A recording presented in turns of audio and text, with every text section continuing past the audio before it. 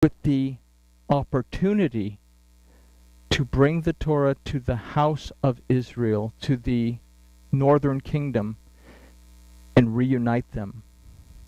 We talk about the blood of Yahusha and, oh, it washed away our sins and all this stuff. The blood of Yahusha was specifically shed so that a kinsman redeemer from the husband's family could redeem the divorced ex-wife. Hosea says, I divorce you, but I'm going to bring you back. He can't do that. Vayikra tells us that if a husband divorces a wife and she marries another wife or she goes somewhere else, he cannot bring her back. But if the husband dies, then a son or someone in that family can redeem the woman and bring her back into the family. He was the son of the father that paid the price to redeem the house of Israel back. This is what Paul's talking about in Romans when he says you need to understand the Torah. But it was to go to the Jew first. It was supposed to go to the house of Judah, the southern kingdom that kept the commandments as best as they could, and then be taught to the house of Israel to bring them back so that we would have cohesion.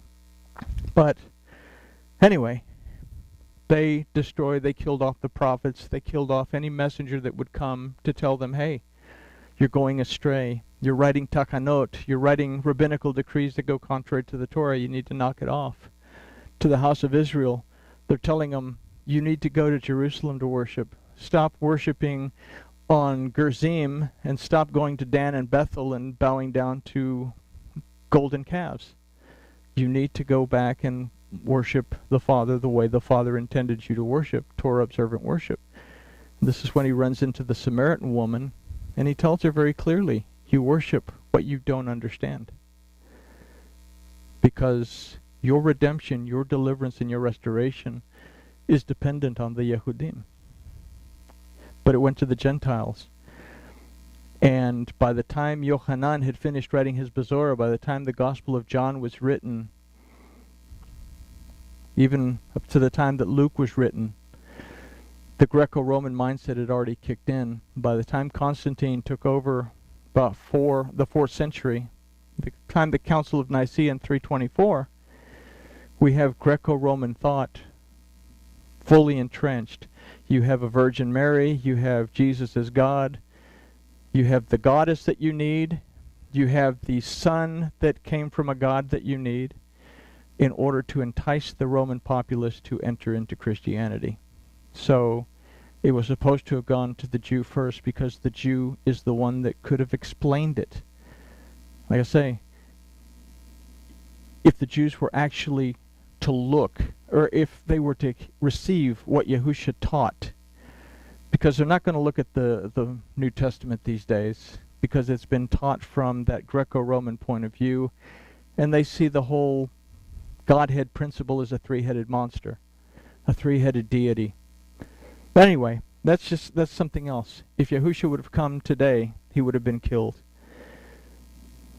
You serpents, you generation of vipers, how can you escape the judgment of Gehenna?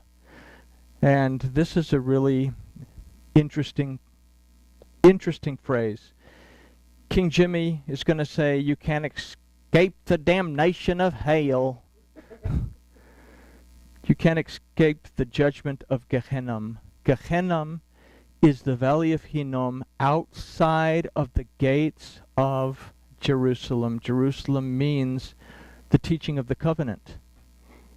That you vipers, you serpents, gives us a choice. Because in this idea of a viper or a serpent, we have another letter. That is the letter Tet, the 9th letter of the Aleph Beit, composed of a Vav bowing before the Zion. That we have a choice. That we can submit ourselves to Elohim through His Word and find ourselves within the gates, or we can submit ourselves to the serpent because it looks like the serpent. There's the little Nachash tongue eating the dust of the ground. This is the choice.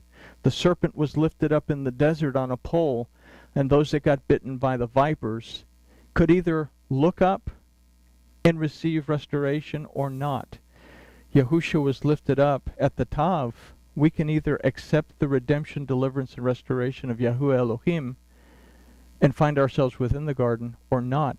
The choice is ours, but this is saying you have a choice that you can either make teshuvah and come back inside the gates, because if you don't, you're going to end up outside the gates in the valley of Gehenna.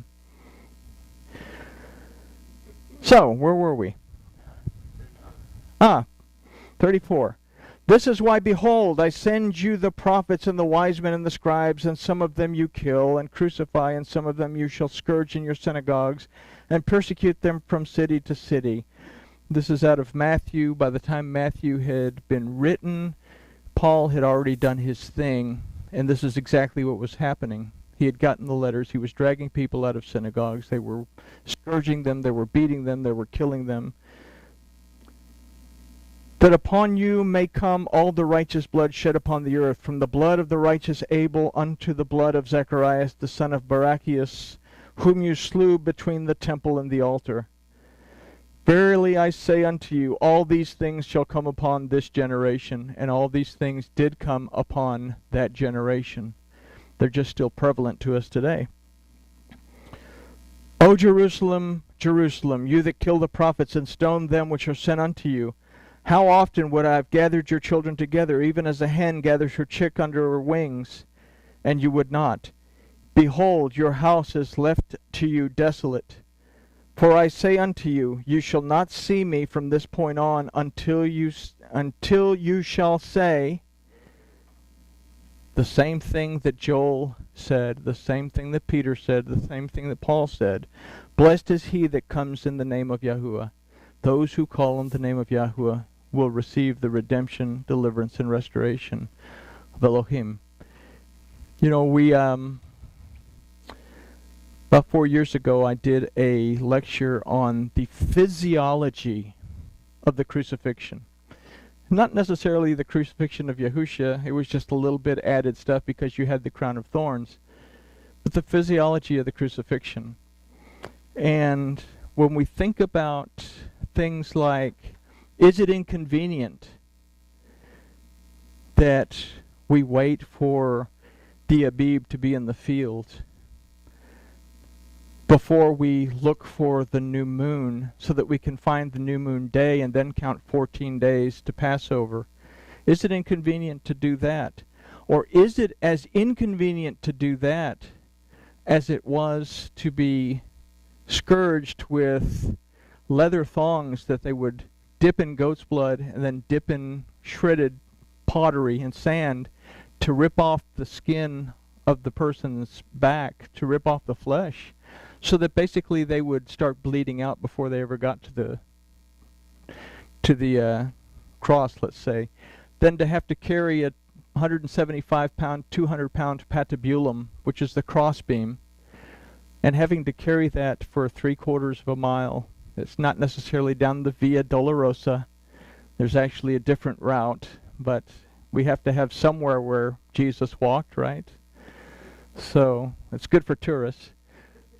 To be nailed through the wrists with square nails that don't necessarily pierce an artery, but they're in such a way that when the wrist moves, that metal pushes the nerve against the bone to cause excruciating pain.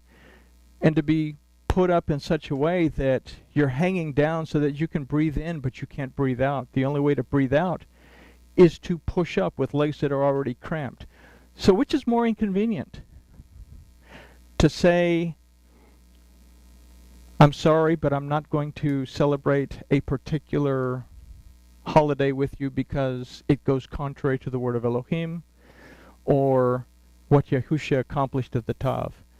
Which is more inconvenient? To wait for the new moon, find the new moon day, count a few days till we get the Torah calendar's exact day for a feast or a festival? Which is more inconvenient? This is about seeking the truth in the Word. There was a contemporary of Hosea. His name was Amos. He was around the same time as Hosea. And Amos taught one thing: seek Elohim and live. When we study the Torah, when we study our Bible, we can call the whole thing the Torah because the whole thing's instruction. And we find that we've been maybe walking in a direction that we shouldn't be walking in. Is it inconvenient to make a change? Is it more inconvenient than what our Master went through in order to allow for us to be able to make these changes? So, with that little bit of gore and detail, I looked everywhere. I have a box with all this stuff in it. I was going to bring it out, but anyway. We can say that grooviness has been achieved, and we'll say